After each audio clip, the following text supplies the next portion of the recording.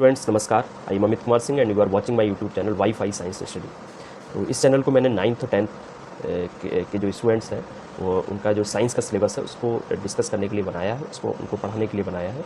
और मैं अभी 10th का जो चैप्टर है बायोलॉजी का लाइफ प्रोसेस उसको मैं डिस्कस कर रहा हूँ। कुछ टॉपिक्स में ऑलरेडी डिस्कस कर चुका हूँ प्रीवियस वीडियो लेक्चर्स में। आज हम उसके आगे का टॉपिक लेते हैं, न्यूट्रिशन इन ह्यूमन बींग्स, जो कि बहुत इंपॉर्टेंट है बोर्ड एग्जाम के, अगर देखा जाए बोर्ड एग्जाम के लिए। तो आज हम इसको देख लेते हैं। आप लोग चैनल को सब्सक्राइब करिए, लाइक करिए और मुझसे जुड़े रहिए, जिससे कि आप लोगों को मदद मिलती रहे और मुझे भी अच्छा लगेगा। आप लोग जुड़ेंगे तो मेरा भी जो मैं काम कर रहा हूँ वो सफल होगा। देखिए, न्यूट्रिशन इन ह्यूमन बींग्स। तो ह्यूमन बींग्स क्या है? कॉम्प्लेक्स एनिमल्स है which have complex digestive system. ठीक है, तो ह्यूमन बींग्स जो है कॉम्प्लेक्स एनिमल है, जो जिनमें एक वेल डेवलप्ड या कॉम्प्लेक्स डाइजेस्टिव सिस्टम होता है फूड को डाइजेस्ट करने के लिए। और ह्यूमन्स में जो डाइजेस्टिव सिस्टम है वो दो चीज़ों से मिलकर बनता है, एलिमेंट्री कैनॉल और उसके साथ जुड़ी हुई डाइजेस्टिव ग्लैंड्स। ठीक है, इट्स एसोसिएटिव डाइजेस्टिव ग्लैंड्स। तो एलिमेंट्री कैनॉल क्या है? एलिमेंट्री कैनॉल जो है एक ट्यूबुलर स्ट्रक्चर है, एक मस्कुलर एक वाइल्ड ट्यूबुलर स्ट्रक्चर है, जो लगभग 9 मीटर लंबी होती है and that begins from mouth and and with anus. तो एलिमेंट्री कैनॉल जो होती है ह्यूमन बींग्स में हमारे अंदर, वो माउथ से स्टार्ट होकर और एनस पे जाके ख़त्म होती है। और उसके साथ साथ डाइजेस्टिव जो ग्लैंड्स होती हैं वो जुड़ी हुई होती हैं। तो एलिमेंट्री कैनॉल और डाइजेस्टिव ग्लैंड्स दोनों मिलकर जो है डाइजेस्टिव सिस्टम को फॉर्म करती है। तो हम देख लेते हैं डायग्राम में। तो देखिए, इसमें आपको देख रहा होगा डायग्राम में कि जो एलिमेंट्री कैनॉल है, मतलब माउथ, यहाँ पे माउथ और माउथ से लेके एनस तक, है ना, एनस तक का जो एक ट्यूबुलर जो स्ट्रक्चर दिखाई दे रहा है, it is known as alimentary canal. इसको हम एलिमेंट्री कैनॉल बोलते हैं, जिसमें माउथ, ईसोफेगस, फिर क्या आता है स्टमक, और उसके बाद स्मॉल इंटेस्टाइन। स्मॉल इंटेस्टाइन यहाँ से स्टार्ट हो जाती है, जो आपका यहाँ पे जो यू शेप्ड स्ट्रक्चर दिखाई दे रहा है, इसको ड्यूडिनम बोलते हैं। तो it is the upper part of small intestine.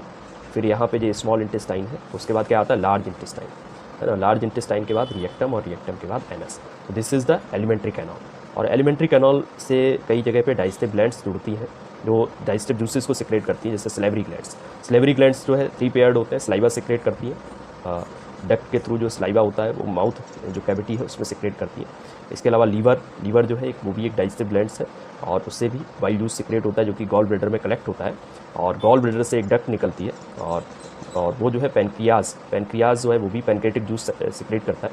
तो पेनक्रियाज से भी एक डक्ट निकलती है, और पेनक्रियाज और गॉल ब्लैडर से डक्ट निकलती है, वो आपस में मिल जाती हैं और वो मिलके एक डक्ट बनाती है ना। ये मान लेते हैं पेनक्रियाज से आ रही है, एक लीवर से आ रही, सॉरी गॉल ब्लैडर से डक्ट आ रही है, एक पेनक्रियाज से डक्ट आ रही, दोनों मिलके जो है एक डक्ट बनाती है, जिसको बोलते हैं हेप्टोपेनक्रिएटिक डक्ट। और उसके थ्रू जो है वो जो वाइल्ड जूस है और पेनक्रिएटिक जूस है वो जाता है किसमें? ड्यूडिनम में, ठीक है, या जो स्मॉल इंटेस्टाइन है उसमें। तो इस तरीके से यहाँ पे हमको डाइजेस्टिव ग्लैंड्स देखने को मिलती हैं। तो डाइजेस्टिव ग्लैंड्स मेनली यहाँ पे जो एलिमेंट्री कैनॉल के आउटसाइड में प्रेजेंट होती है, वो कौन कौन सी है? स्लेवरी ग्लैंड्स, लीवर और पेनक्रियाज। और हमारी जो एलिमेंट्री कैनॉल जो कि माउथ से स्टार्ट होकर एनस पे जाके ख़त्म होती है। तो इन दोनों चीज़ों से मिलकर हमारा डाइजेस्टिव सिस्टम बनता है। Digestive system is made up of alimentary canal and its associative digestive glands. Okay, तो अब हम देखते हैं एक एक पार्ट के बारे में। हाँ, तो structure of human digestive system. Human digestive system comprises of alimentary canal and its associative digestive glands. तो एलिमेंट्री कैनॉल अभी हमने आपको बताया, उसमें मेन पार्ट क्या होते हैं? Mouth, oesophagus, stomach, small intestine, large intestine. और जो मेन जो ग्लैंड्स होती हैं वो स्लेवरी ग्लैंड्स, लीवर और पेनक्रियाज। तो ये जो ग्लैंड्स होती है, liver, pancreas, salivary glands, they present outside of the alimentary canal. और कुछ जो है डाइजेस्टिव ग्लैंड्स एलिमेंट्री कैनॉल में ही प्रेजेंट होती हैं, जैसे गैस्ट्रिक ग्लैंड्स। गैस्ट्रिक ग्लैंड्स जो होती है, जो स्टमक की जो वॉल होती है वहाँ पर प्रेजेंट होती है। इसके अलावा जो स्मॉल इंटेस्टाइन होती है, स्मॉल इंटेस्टाइन की जो वॉल होती है वहाँ पे भी इंटेस्टाइनल ग्लैंड्स होती हैं, तो वहाँ पे प्रेजेंट होती हैं, जो कि इंटेस्टाइनल जूस को सिक्रेट करती हैं, जिसके बारे में आगे हम डिटेल से बात करेंगे। तो अब हम देखते हैं एक एक बॉडी, एक एक जो पार्ट होता है उसके बारे में समझते हैं। पहला है माउथ, है ना। माउथ जो होता है इसका काम होता है इंजेक्शन ऑफ फूड। ठीक है, माउथ के थ्रू क्या होता है? फूड जो है इंटर करते हैं बॉडी में। और माउथ जो है ना उसमें पीछे की तरफ क्या माउथ कैविटी होती है। तो जो माउथ कैविटी की रूफ होती है उसके ऊपर एक हार्ड स्ट्रक्चर होता है, जिसको पैलेट बोलते हैं। और the cavity is supported by upper and lower jaw which bears teeth. तो माउथ कैविटी जो है वो सपोर्टेड होती है, उसमें दो मतलब अपर और लोअर जॉ जो है इनमें टीथ होते हैं, और वो जो है फूड को ब्रेक डाउन करने में मदद करते हैं। ओके, तो माउथ का काम है कि इंटेक, हम जो इंटेक करते हैं फूड वो माउथ के थ्रू करते हैं, और it is known as ingestion of food. ठीक है, इसको हम क्या बोलते हैं? इंजेक्शन ऑफ फूड बोलते हैं। माउथ में जो टीथ, टंग और जो स्लाइवरी ग्लैंड्स जो है वो भी माउथ में ओपन होती है। 3 पेयर ऑफ स्लाइवरी ग्लैंड्स जो है प्रेजेंट होते हैं माउथ के आसपास, और जो डक्ट के थ्रू जो है माउथ में ओपन होती है। और माउथ में टीथ और टंग होता है। ठीक है, इनका फंक्शन समझ लेते हैं। जैसे टंग जो है ना वो क्या है, एक मस्कुलर एक ऑर्गन है और उसके अंदर गैस्ट्री रिसेप्टर्स होते हैं। मतलब यहाँ पे जो है गैस्ट्री रिसेप्टर्स होते हैं, मतलब टंग में क्या टेस्ट बड्स जो है फैली हुई होती है और वो टेस्ट बड्स जो है उनके अंदर गैस्ट्री रिसेप्टर्स होते हैं जो कि टेस्ट को डिटेक्ट करते हैं, फूड का जो टेस्ट होता है उसको डिटेक्ट करते हैं। इसके अलावा टंग के और भी फंक्शंस हैं, जैसे टंग जो है वो सलाइवा को मिक्स करने में हेल्प करती है, help in turning over the food so that saliva can be properly mixed. और टंग जो है बोलने में भी मदद करती है, ठीक है, फूड को निगलने में भी मदद करती है, it also help in swallowing the food. इसके अलावा टंग का हो गया। अब देखते हैं टीथ। टीथ जो होते हैं वो हार्ड स्ट्रक्चर है जो कि फूड को ब्रेक डाउन करने में मदद करते हैं, है ना, ब्रेक डाउन करते हैं स्मॉलर पीसेस में, और swallowing the food of food become easier, और फूड जो है उसको निगलने में आसानी रहती है। तो हमारे में जो ह्यूमंस में जो टीथ होते हैं वो 4 टाइप के होते हैं, और humans have 2 sets of teeth, है ना। हमारे में 2 बार जो है दांत निकलते हैं, एक बार मिल्क टीथ, ठीक है, बच्चों में पहले क्या निकलते हैं, मिल्क टीथ निकलते हैं जो लगभग 6-7 साल तक रहते हैं, ठीक है, और उसके बाद धीरे धीरे वो रिप्लेस होना शुरू हो जाते हैं किससे, परमानेंट टीथ से। तो पहले तो बच्चों में मिल्क टीथ आते हैं, मिल्क टीथ का नंबर कितना होता है, 20 होता है, ठीक है, और फिर जो है धीरे धीरे मिल्क टीथ क्या होते हैं, वो निकल जाते हैं, टूट जाते हैं, और उनकी जगह जो है परमानेंट टीथ आ जाते हैं। परमानेंट टीथ फिर जो है वो जीवन भर रहते हैं, और एडल्ट में परमानेंट टीथ का नंबर 32 होता है, ठीक है। तो इस तरीके से हमारे जीवन में 2 बार जो है दांत निकलते हैं। तो और जो परमानेंट टीथ होते हैं वो 4 टाइप के होते हैं। इंसीजर का मतलब जो फ्रंट में जो टीथ होते हैं, फ्लैट जो टीथ होते हैं, they are known as incisor, है ना, कुछ इस तरीके से फ्लैट जो टीथ होते हैं फ्रंट में, they are known as incisor, उनको इंसीजर कहते हैं। और इंसीजर जो है help in cutting the food. इनका जो 4 नंबर होता है, मतलब 4 होते हैं हर एक जबड़े में, ऊपरी जबड़े में 4 और निचले जबड़े में भी 4 होंगे, लोअर जॉ में भी 4 होंगे। कैनाइन टीथ मतलब जो नुकीले होते हैं, आपने देखा होगा साइड में कुछ नुकीले जो है दांत दिखाई देते हैं, they are known as canines, ठीक है, उनको हम कैनाइंस कहते हैं। तो canines use for tearing the food और and for cracking hard substances in each jaw, these are 2 in number. हर एक जबड़े में 2 दांत होंगे, है ना, ऊपरी जबड़े में 2 और निचले जबड़े में भी 2। Premolars are used for the coarse grinding of food and the molars are used for fine grinding of food. Premolars are 4 in each jaw and molars are 6 in each jaw. तो यहाँ पे हमें देखने को मिल रहा है कि जो प्रीमोलर्स होते हैं उनका नंबर हर एक जबड़े में कितना होता है, 4 होता है, और जबकि मोलर्स का नंबर जो है 6 होता है हर एक जबड़े में। तो इस तरीके से एक डेंटल फार्मूला भी ह्यूमन बींग का फॉर्म होता है। डेंटल फार्मूला क्या होता है उसको हम समझ लेते हैं कि हमारा जो एक जबड़ा है, ठीक है, इट इज़ मान लेते हैं इट इज़ अपर जॉ, और इसी तरीके से लोअर जॉ होगा। अपर जॉ और लोअर जॉ में टीथ का नंबर क्या रहता है, सेम रहता है। तो जो हर एक जो अपर जॉ है उसको हम क्या कर लेते हैं, हाफ कर लेते हैं, आधा कर लेते हैं, और जो लोअर जॉ है उसको भी आधा कर लें, हाफ कर लें, ठीक है। तो हाफ जो है जो जबड़ा है, आधा जबड़ा है ऊपरी जबड़ा, और आधा जो है निचला जो जबड़ा है, उसमें टीथ का नंबर जो है रिप्रेजेंट करते हैं बाई द डेंटल जो फार्मूला होता है उसके द्वारा आधे जबड़े के दांतों की संख्या को रिप्रेजेंट किया जाता है, ओके। जैसे ऊपरी जबड़े में जो दांतों की संख्या है उसको हम रिप्रेजेंट करेंगे, और निचले जबड़े आधे जबड़े में जो दांतों की संख्या है उसको हम रिप्रेजेंट करेंगे बाई द डेंटल फार्मूला, ठीक है। अब इसको देख लेते हैं। फॉर एग्जांपल, जैसे हमारा जो ऊपरी आधा जबड़ा होता है उसमें क्या होते हैं, इंसीजर्स का नंबर कितना होता है, 2, ठीक है। हमने बताया था ना, हर एक जबड़े में टोटल कितने होंगे, इंसीजर 4, तो मतलब आधे जबड़े में कितने हो जाएंगे, 2, ठीक है, 2 आधे जबड़े में हो जाएंगे, और मतलब आधा जो ऊपरी जबड़ा होगा उसमें 2 इंसीजर हो गए, और आधा जो निचला जबड़ा होगा उसमें भी इंसीजर की संख्या कितनी हो जाएगी, 2, है ना। तो 2 और कैनाइंस कितने होते हैं, हर एक जबड़े में 2 होते हैं, मतलब आधे जबड़े में कितने हो गए, 1, ठीक है, आधे जबड़े में 1, मतलब ऊपरी आधे जबड़े में 1 और निचले आधे जबड़े में 1, ठीक है। प्रीमोलर्स का नंबर कितना होता है, पूरे जबड़े में 4 होता है, मतलब आधे जबड़े में 2, ऊपरी आधे जबड़े में 2 प्रीमोलर्स और निचले आधे जबड़े में 2 प्रीमोलर्स। और मोलर्स कितने होते हैं, ऊपरी आधे जबड़े में 3 और निचले आधे जबड़े में 3, ठीक है। तो इस तरीके से हमारा जो डेंटल फार्मूला बनता है, तो डेंटल फार्मूला के जो टीथ हैं, है ना, इनको डबल करके अगर हम प्लस कर देंगे तो हमारा जो है टोटल नंबर ऑफ टीथ आ जाएगा, ठीक है। तो मतलब ऊपरी आधे जबड़े में दांतों की संख्या कितनी हो गई टोटल, 3 2 5 और 3 8 हो गई, और निचले आधे जबड़े में दांतों की कुल संख्या कितनी हो गई, 8, ठीक है, वहाँ पे भी 8 होगी, तो 8/8 हो गया, ठीक है। अब जो है अगर हम ऊपरी जबड़े में पूरे दांतों की संख्या देखें तो कितनी होगी, तो आधे दांतों की संख्या है, तो ऊपरी जबड़े में पूरी संख्या कितनी है, इसको डबल कर देंगे तो यहाँ का 8 पूजा क्या हो जाएगा, 16, और निचले आधे जबड़े में भी क्या हो जाएंगे दांत, 16 हो जाएंगे, मतलब 16 और प्लस 16 कितना हो गया, 32। तो this is the dental formula of permanent teeth, है ना। तो इसको ऐसे रिप्रेजेंट करते हैं 2 1 2 3 और अपॉन 2 1 2 3, ठीक है। तो यहाँ पे पहले इंसीजर का नंबर दिखाया गया, फिर कैनाइंस, फिर प्रीमोलर्स एंड फिर मोलर्स। ठीक है। और यहाँ पे जो दांतों की संख्या है वो आधे जबड़े में दिखाई गई, ऊपरी आधे जबड़े में दांतों की संख्या और निचले आधे जबड़े में दांतों की संख्या को यहाँ पे रिप्रेजेंट किया गया। Okay, this is the dental formula of human beings of permanent teeth. Okay, अब हम देखते हैं माउथ हो गया। माउथ में क्या होता है कि मतलब टूथ डिके होता है, मतलब हम जो खाना खाते हैं फंस जाता है कभी कभी, और वहाँ पे बैक्टीरिया जो है ग्रोथ करते हैं और वो एसिड फॉर्म करते हैं। जो एसिड फॉर्म होता है वो हमारे दांतों को ख़राब करता है। तो वहाँ पे मोस्टली जो है स्टेप्टोकोकस म्यूटेंस करके बैक्टीरिया होता है जो मेन कॉज है डेंटल कैरीज का, ठीक है, जिसकी वजह से मेनली दांत खराब होते हैं। ओके, तो हमको इसीलिए ब्रुश करना होता है ताकि वहाँ पे जो एसिड फॉर्म हुआ है या जो बैक्टीरिया है वो उनको हम हटा सके, जिससे कि हमारे दांत ना खराब हो। उसके बाद माउथ कैविटी में आगे चल के माउथ कैविटी में हमने डिस्कस कर लिया। माउथ कैविटी में क्या होता है, स्लेवरी ग्लैंड्स ओपन होती है, सलाइवा सिक्रेट करती हैं, और टंग होता है, ठीक है, जो मिक्स करता है फूड को और भी कई चीज़ों में हेल्प करता है, हेल्प इन स्लोइंग फूड। और इसके अलावा वहाँ पे टीथ होते हैं, ठीक है, टीथ जो है फूड को ब्रेक डाउन करते हैं स्मॉल पीसेज में। तो this is all about the mouth cavity. तो माउथ कैविटी के बारे में हम देख चुके हैं पूरा। और इसके बाद माउथ कैविटी जो है वो ओपन होती है फेरिंग्स में। फेरिंग्स का 12 सेंटीमीटर एक लॉन्ग फनल है, से वर्टिकल कैनॉल है, which serve as a common passage for food and air. तो फेरिंग्स जो एक छोटा सा पार्ट होता है, यहाँ जो छोटा सा पार्ट होता है जिसमें क्या होता है कि दोनों ही चीज़ें ओपन होती हैं, माउथ कैविटी और जो मतलब फूड पाइप और जो विंड पाइप है जिसको ट्रेकिया कहते हैं, वो दोनों चीज़ें यहाँ पे जो फेरिंग्स एक छोटा सा पार्ट होता है वहाँ पे ओपन होती है।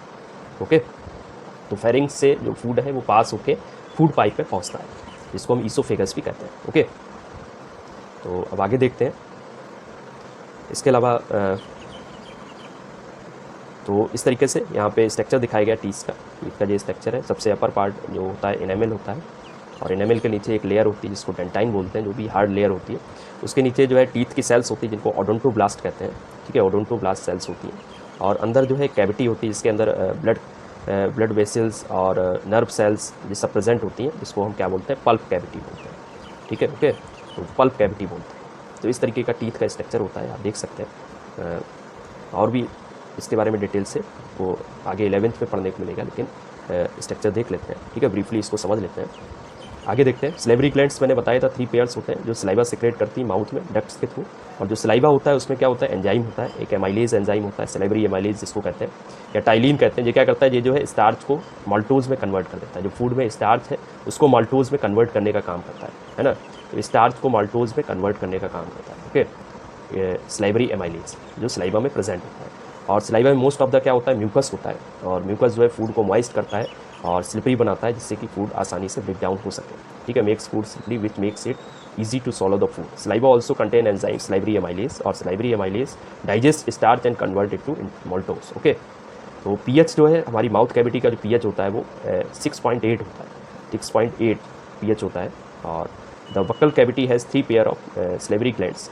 स्लेवरी ग्लैंड्स जो होती है वो अलग अलग रीजन्स में होती है, जैसे जीभ के नीचे होती है, ठीक है, जबड़े के किनारे पे होती है, थोड़ा कान के पास में होती है।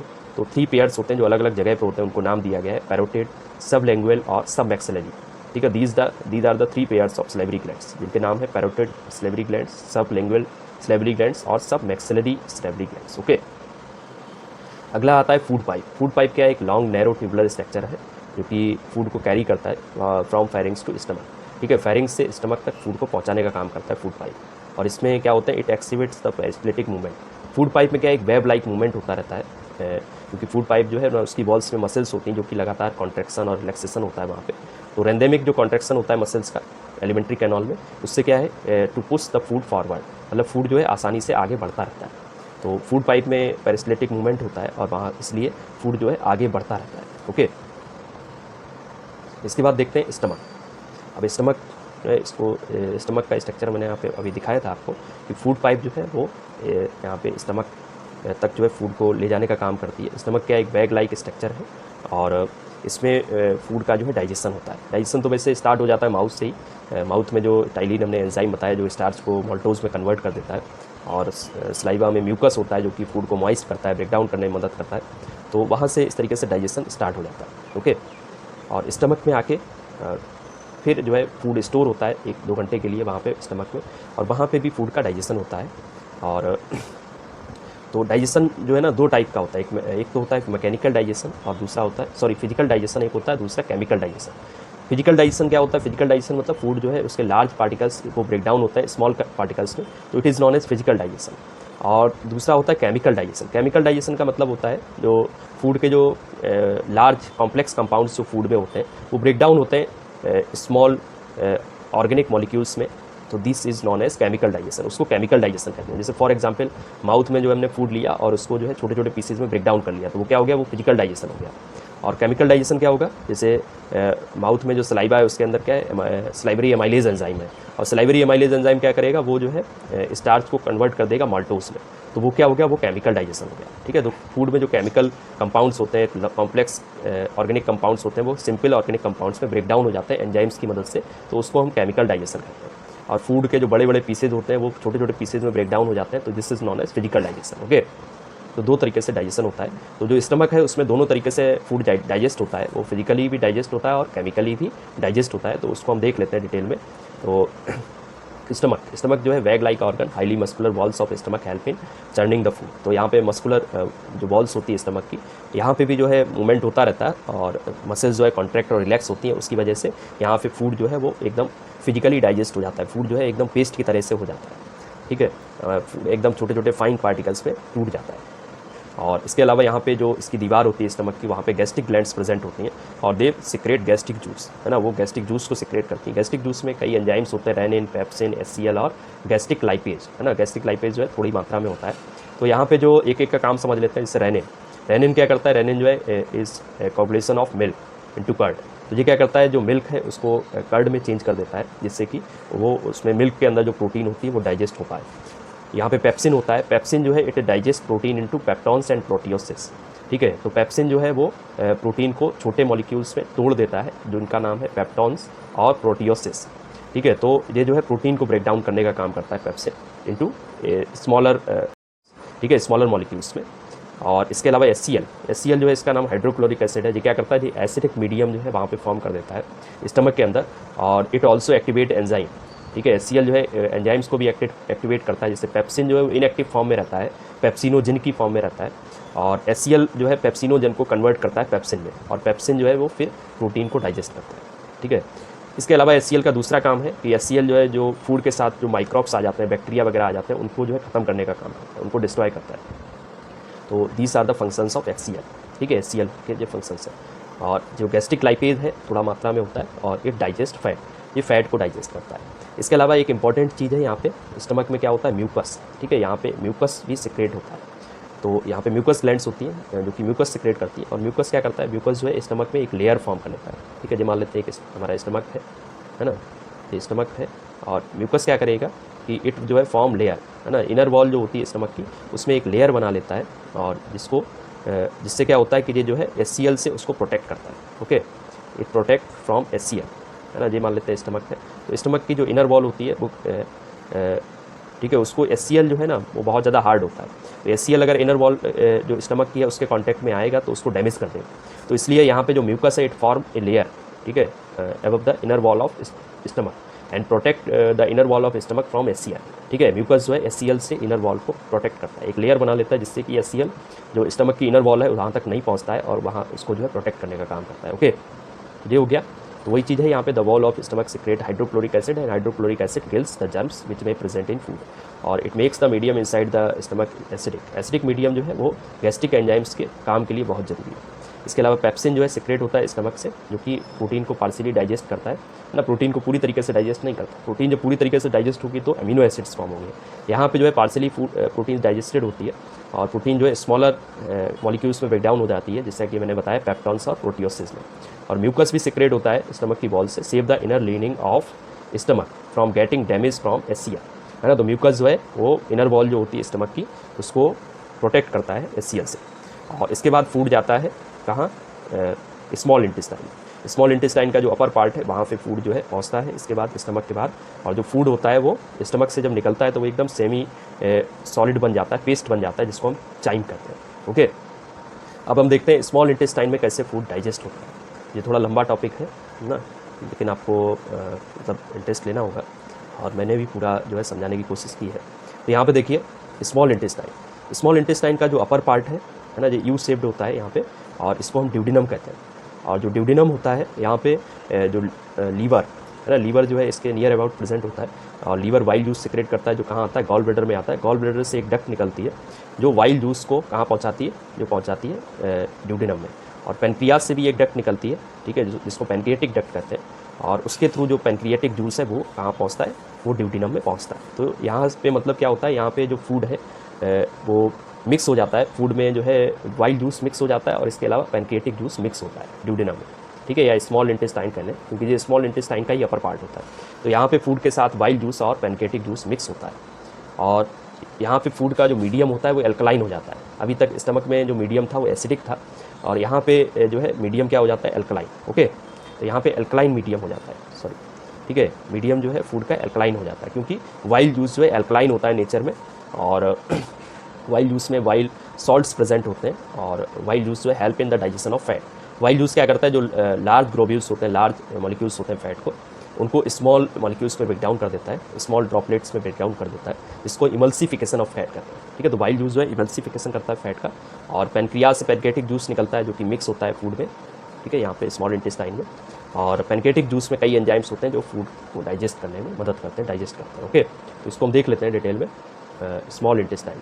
ओके, देखते हैं स्मॉल इंटेस्टाइन, ठीक है, इसमें नोट्स है।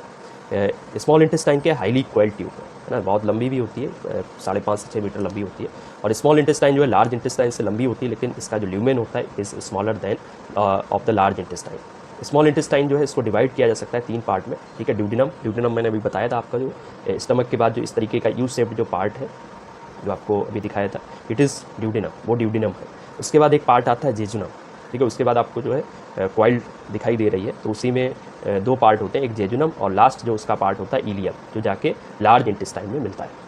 तो देखिए जो इनर वॉल है स्मॉल इंटेस्टाइन की, वहाँ पे वो स्पेशली डिजाइंड होती है किसके लिए, फूड को एब्जॉर्ब करने के लिए। वहाँ पे इस तरीके के फिंगर लाइक प्रोजेक्शंस होते हैं, ठीक है, दे आर नॉन एज बिलाई, इनको हम बिली कहते हैं, है ना। बिली जो है वो फूड को एब्जॉर्ब करने में मदद करते हैं। इससे क्या होता है, एब्जॉर्प्शन एरिया बढ़ जाता है और यहीं पे क्या होता है, स्मॉल इंटेस्टाइन में जो डाइजेस्टेड फूड है, मतलब वहाँ पे जो न्यूट्रिएंट्स हैं जैसे अमीनो एसिड है, ग्लूकोज है, बाकी जो चीज़ें हैं विटामिन मिनरल्स, वो सारी चीज़ें जो है यहाँ से एब्जॉर्ब होती है। बिली जो है वो एब्जॉर्ब करते हैं और इनमें क्या होता है, बिली में क्या होता है, इसके अंदर जो है ब्लड वेसल्स होती हैं और ब्लड वेसल्स में ब्लड होता है और फूड जो है एब्जॉर्ब होकर ब्लड तक पहुँच जाता है, ठीक है। तो फूड जो डाइजेस्टेड फूड है it pass the wall of small intestine and reach into the blood, ठीक है, और वो जो है ब्लड तक पहुँचता है, जो डाइजेस्टेड फूड है, न्यूट्रिएंट्स है, और ब्लड जो है न्यूट्रिएंट्स को ट्रांसपोर्ट करता है हर एक सेल तक। तो बिली मतलब क्या होता है, बिली जो है वो एब्जॉर्प्शन एरिया को बढ़ाते हैं, ठीक है। स्मॉल इंटेस्टाइन की इनर वॉल पे प्रेजेंट होते हैं, ठीक है, मतलब स्मॉल इंटेस्टाइन की जो इनर वॉल है वहाँ पे जो फिंगर लाइक प्रोजेक्शंस दिखाई देते हैं उन्हीं को हम बिली कहते हैं, इस तरीके के।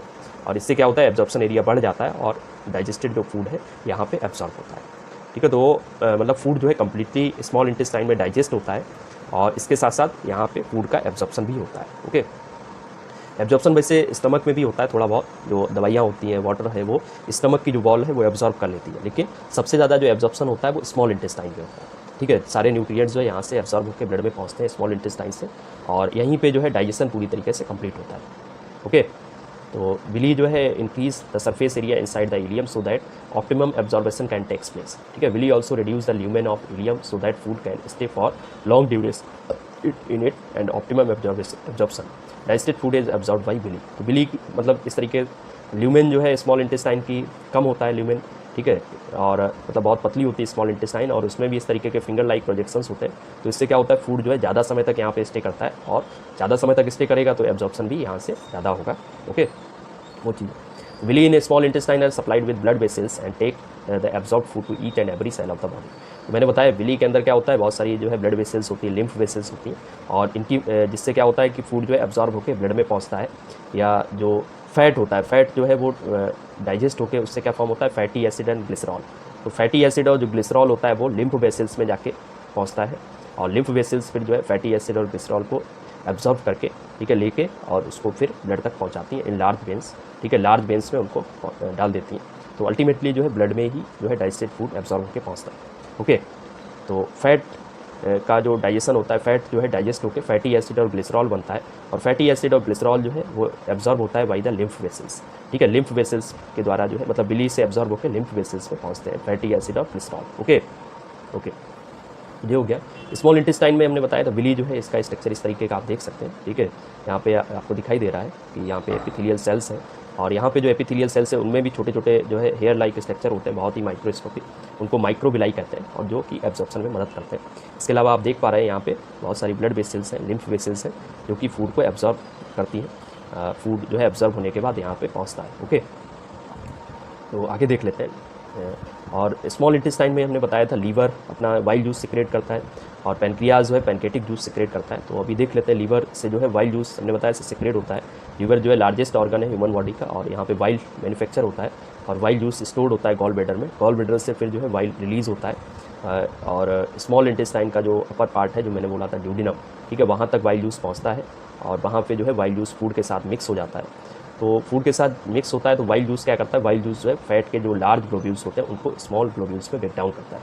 तो उसको हम क्या बोलते हैं, इमल्सिफिकेशन ऑफ फैट बोलते हैं, जिससे कि फूड आसानी से डाइजेस्ट हो पाए, फैट जो है आसानी से उसका डाइजेशन हो पाए। तो वाइल जूस जो है वो फैट के डाइजेशन में मदद करता है। ओके, पेनक्रियाज जो है वो भी जो स्मॉल इंटेस्टाइन का जो अपर पार्ट है, ठीक है, उसके बीच में ही होता है, ठीक है, बिलो द स्टमक, ठीक है, स्टमक के नीचे होता है पेनक्रियाज, अभी हमने डायग्राम में भी देखा। तो पेनक्रियाज जो है ना उससे क्या होता है, पैनक्रियाटिक जूस सिक्रेट होता है, और पैनक्रियाटिक जूस भी वो फूड में जाके मिक्स होता है। यहाँ पे जो पैनक्रियाज है, पैनक्रियाज जो है इससे पैनक्रियाटिक जूस सिक्रेट होगा, जो कि मिक्स होगा जाके जो अपर पार्ट है स्मॉल इंटेस्टाइन का वहाँ पे। और लीवर है, लीवर से वाइल जूस सिक्रेट होगा जो कि गॉल ब्लैडर में स्टोर होगा, और वाइल जूस जो है वो सिक्रेट होगा जाके एक डक्ट के थ्रू जो है वो पहुँचेगा स्मॉल इंटेस्टाइन के अपर पार्ट में।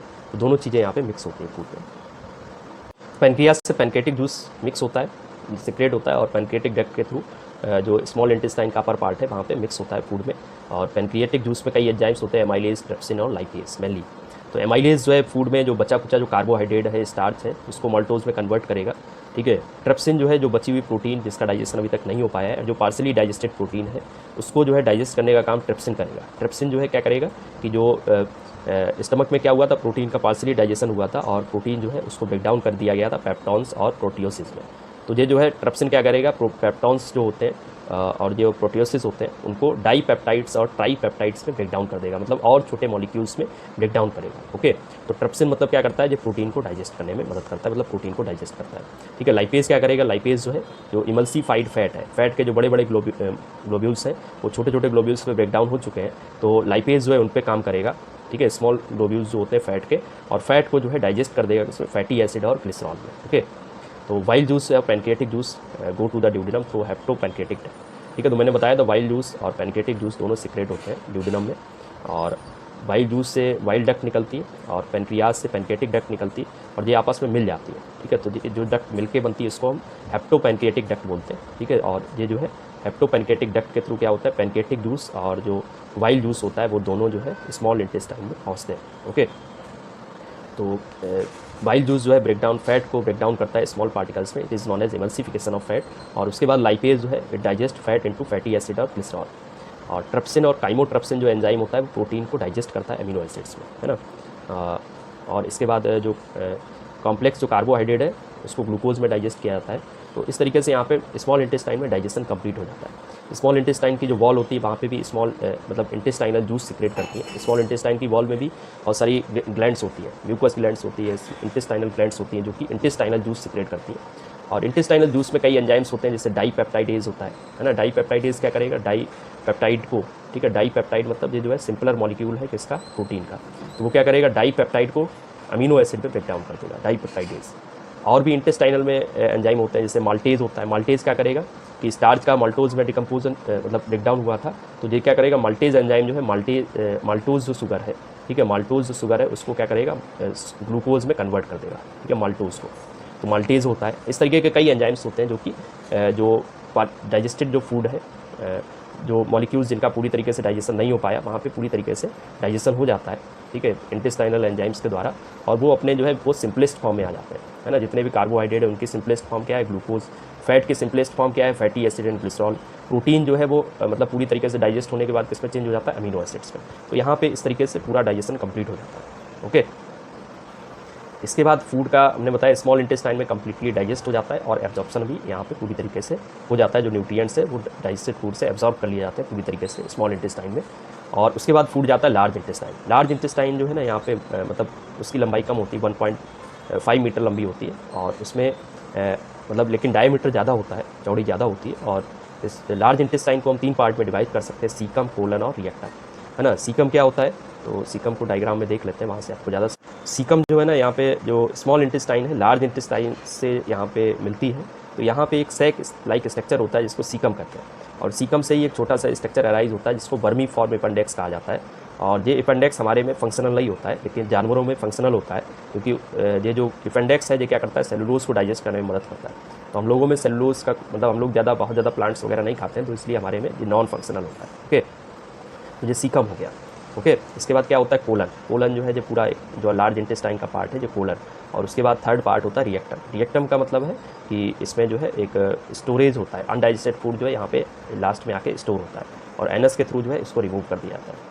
लार्ज इंटेस्टाइन में, स्मॉल इंटेस्टाइन से जो फूड जाता है लार्ज इंटेस्टाइन में, वो सीकम से होते हुए कोलन में जाता है। और कोलन में क्या होता है कि मतलब लार्ज इंटेस्टाइन बेसिकली करता क्या है कि जो फूड है उससे जो एक्सेस वाटर है या फिर जो सॉल्ट्स हैं उनको एब्जॉर्ब कर लेता है। तो लार्ज इंटेस्टाइन में वाटर और सॉल्ट्स एब्जॉर्ब हो जाते हैं फूड से, और उसके बाद जो अनडाइजेस्ट यहाँ पे कुछ बैक्टीरिया भी होते हैं लार्ज इंटेस्टाइन में जो क्या करते हैं, फूड को डिकम्पोज करते हैं, है ना, फूड को डिकम्पोज करते हैं। और इसके बाद लार्ज इंटेस्टाइन में जो अनडाइजेस्टेड फूड है लास्ट में आके स्टोर हो जाता है रिएक्टम में, और फिर एनस के थ्रू जो है उसको रिमूव कर लिया जाता है। लार्ज इंटेस्टाइन में कोई भी डाइजेशन नहीं होता है फूड का, केवल वाटर और सॉल्ट्स वगैरह एब्जॉर्ब होते हैं, और बैक्टीरिया होते हैं वहाँ पे जो डिकम्पोज करते हैं फूड को, और उसके बाद अनडाइजेस्टेड फूड स्टोर होता है रिएक्टम में, और एनस के थ्रू उसको बाहर निकाल देते हैं। ओके, तो इसको हम देख लेते हैं थ्योरिकल। लार्ज इंटेस्टाइन जो है स्मॉलर है स्मॉल इंटेस्टाइन से लंबाई में। अनडाइजेस्टेड फूड जो है लार्ज इंटेस्टाइन में जाता है। Some water and salts are absorbed by the wall of large intestine. After that the undigested food goes to the rectum and from where it is expelled out through the anus, और उसके बाद anus से उसको निकाल दिया जाता है। Large intestine जो है वो एब्जॉर्ब करती है एक्सेस वाटर को। रेस्ट ऑफ द मटेरियल जो है remove from the body via anus. Anus के थ्रू जो है अनडाइजेस्टेड फूड को निकाल दिया जाता है, उसको हम एडजेशन कहते हैं। एनस जो है वो एक तरीके से एंड पॉइंट है एलिमेंट्री कैनाल का, जो कि हेल्प करता है अनडाइजेस्टेड फूड या जो वेस्ट मटेरियल है उसको एडजेशन करने में by the activity of anal sphincter. ठीक है, एनल जो है ना उसकी ओपनिंग और क्लोजिंग के लिए वहाँ पे क्या होता है, एक मसल्स होती हैं जिनको हम एनल स्पेक्टर बोलते हैं। ठीक है, एनल स्पेक्टर की मदद से जो है जब ज़रूरत होती है तो वो खुलता है, और नहीं होती है तो वो बंद रहता है। ओके, तो मुझे लगता है आपको समझ में आया होगा। मतलब लेक्चर थोड़ा लंबा हो गया है, लेकिन आप लोग देखिए, आप लोगों को समझ में आएगा। बाकी प्रॉब्लम होगी तो मैं हूँ उसके लिए, आप कमेंट करके मुझे बताइए।